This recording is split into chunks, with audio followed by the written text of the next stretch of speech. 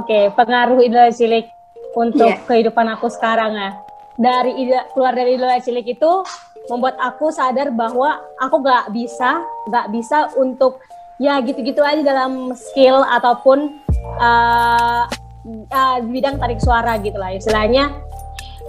Kalau bisa dibilang membuat aku berkembang dan belajar dan mungkin bisa sampai sekarang gitu loh. Masih kalian bisa lihat aku sekarang itu karena pengaruh besar dari aku ikut idola cilik. Misalnya juga yang aku rasain itu dari tingkat kepercayaan diri ya. Jadi aku ngerasain banget karena aku keluar dari idola cilik. Setelah aku keluar dari idola cilik, aku kan gak berhenti nyanyi. Aku ngisi-ngisi acara, aku belajar banyak hal. Maksudnya dari aku ngisi-ngisi acara itu aku belajar banyak hal ya, dari cara public speaking di atas panggung, mengasah suara, vokal yang baik dan benar itu seperti apa gitu. Terus etika di atas panggung itu seperti apa, mannersnya di atas panggung itu seperti apa, berrelasi dengan orang lain itu seperti apa. Misalnya kita sebagai penyanyi berrelasi dengan panitia-panitia, dan itu membuat aku sewaktu idola cilik kan udah paham nih gitu.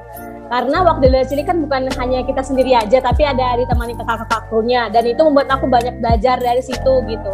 Dari segi etika juga aku banyak belajar bahwa dulu di idola cilik kita di karantina itu ya diajari bukan hanya soal bagaimana menjadi seorang penyanyi yang dikenal banyak anak-anak, bukan hanya sekedar dari situ aja, bukan menjadi seorang penyanyi yang baik dan benar, tapi bagaimana kita bisa menjadi seorang yang punya manners, punya disiplin juga sebagai seorang penyanyi gitu. Jadi itu yang membuat aku banyak belajar gitu dari idola cilik, dan menurut aku pelajaran dari idola cilik itu pelajaran yang sangat berharga dan ya besar banget, apalagi dari bidang kepercayaan diri ya. Soalnya dulu kan kalian tahu aku paling kecil, terus juga suaranya yang paling cempreng gitu, tapi dari kecemprengan itu aku banyak belajar gitu ya. Dulu yang kayak gitu-gitu aja nyanyinya pengen berubah gitu loh, maksudnya berubah, pengen ngasah vokal, makanya les terus, ikut-ikut les, misalnya ada latihan-latihan, ikut teater juga gitu. Dari situ banyak buat aku belajar gitu lah.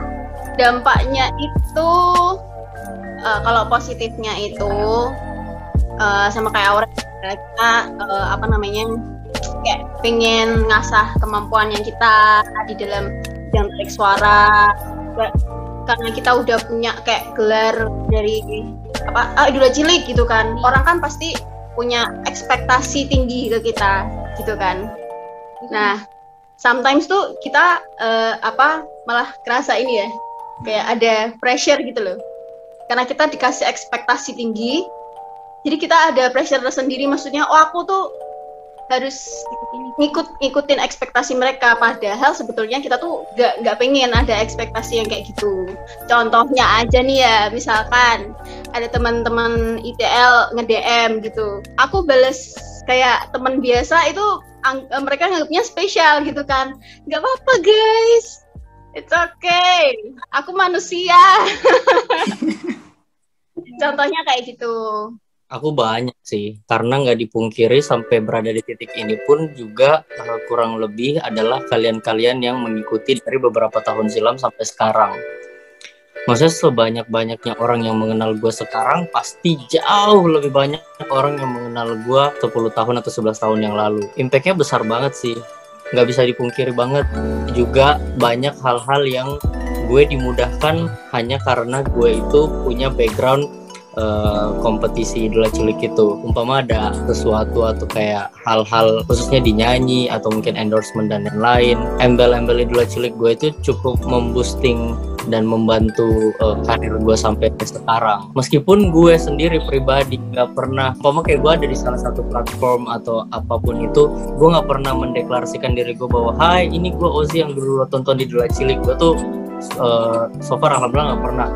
Cuman memang ya itu dia, the power of idola cilik lovers. Kemanapun gue berada, apapun platform yang gue pakai, semua pasti akan notice cepat atau lambat. Pengaruhnya sangat besar di hidup Ozzy pribadi sih. Nggak tahu teman-teman yang lain ya, cuman pasti setuju bahwa impact itu besar banget di kehidupan ini. Jadi thanks to idola cilik, thanks to kalian semua yang udah pantengin dan support sampai sekarang.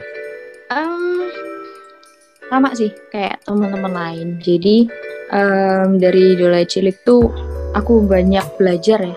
Terus yang perlu digarisbawain tuh waktu di Icil sebenarnya kita nggak cuma nyanyi, terus koreo gitu ya. Kita juga ada yang penting tuh mengajarkan kita kalau dunia entertain itu sebenarnya attitude nomor 1. Ya, yang aku dapat itu sih. Jadi manner kalian tuh benar-benar dibentuk di situ gitu. Sama kru, sama orang belakang panggung itu harus tetap baik, sopan gitu. Itu yang ngajarin sih. Agni kedepannya juga banyak belajar dari situ. Kita harus lebih humble dan lain sebagainya gitu. Untuk impact-nya itu sangat luar biasa. Buktinya sampai sekarang itu masih ada embel-embel idola cilik di nama-nama kita. Aku yakin teman-teman semua juga pasti dipanggilnya Keke idola cilik, Cahya idola cilik, Ozi idola cilik, Aurel idola cilik, Rico idola cilik. Pasti itu akan selalu melekat di badan kita gitu ya. Iya. Ya itu nanti tergantung, ada plus minus juga menurutku. Plusnya kita jadi banyak dikenal, kita banyak relasi, kita lebih banyak peluang. Tapi mungkin ada minusnya juga karena pressure ekspektasi dari orang lain. Gitu sih. Yang sebenarnya kita tuh terus biasa kita juga aja selalu gitu ya, dianggap tapi kayak mereka anak-anak. masih dianggap gitu ya sih ya. Kita masih selalu dicap sebagai anak kecil karena ya kita adalah idola cilik. Bener, ada juga yang nganggap Itulah. kayak sombong gitu, masih ngebawa-bawa Ya, padahal nama idola cilik. betul. Terus Padahal pernah kan nggak kita sih ya kayak ada yang merasa nggak kayak gitu saing juga gitu. Pernah nggak? Setuju. Pernah nggak kalau misalkan Kenapa? kalian Ya. kompetisi gitu kan, terus orang tuh langsung kayak itu yang idola cilik gini pasti dimenangin gitu pernah nggak kalian? Nah, Betul. itu guys. Betul. Padahal kan kita juga nyanyi sesuai style kita gitu ya. Yang aku iniin sih garis bawain bahwa sebenarnya musik nyanyi itu selera orang. Selera masing-masing pendengar gitu. Pendengar lebih ngikutin referensi yang mana dia akan lebih suka ke yang itu.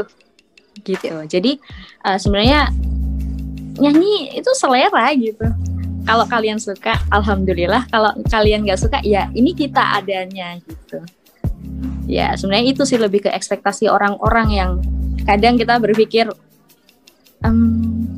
nggak gitu juga harusnya gitu. Tapi ya udah itu namanya resiko kita ya sebagai udah orang yang udah dikenal sebagai penyanyi gitu, cilik gitu dulu ya.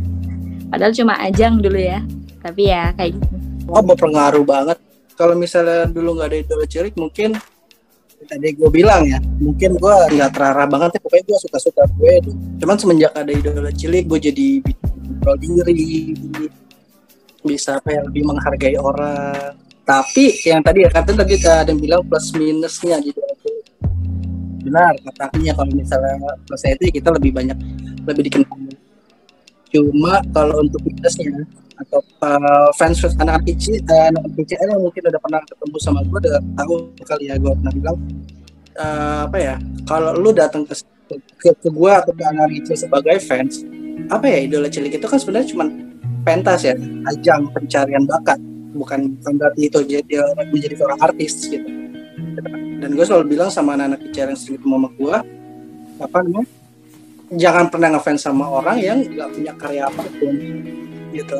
Lebih baik lu ngefans sama orang yang bisa memberikan baik, positif, daripada lu cuman ngefans sama cuman karena kenangan masa lalu lu pernah nonton idola cilik dan yang lu tonton itu dan yang lu idola itu nggak punya karya apa. Sama aja lu kayak gue sebagai orang yang idolain misalnya, sama aja kayak gue ngebohongin lu kan, gue nggak karya apapun untuk lu fansin gitu. Jadi lebih baik lu ngefans sama orang yang benar-benar memberikan dampak positif. Jadi kalau lu mau datang sebagai teman, ya kita semua anak idola cilik kita akan terbuka. Tapi kalau misalnya sebagai fans, kita juga ada bingung mau bahas apa. Mungkin artis juga bukan. Artis juga bukan. Kita kan cuma pacaran bakat, belum tentu jadi artis. Karena mindset orang Indonesia kan gitu ya. Udah masuk TV berarti udah jadi artis, kan enggak gitu juga.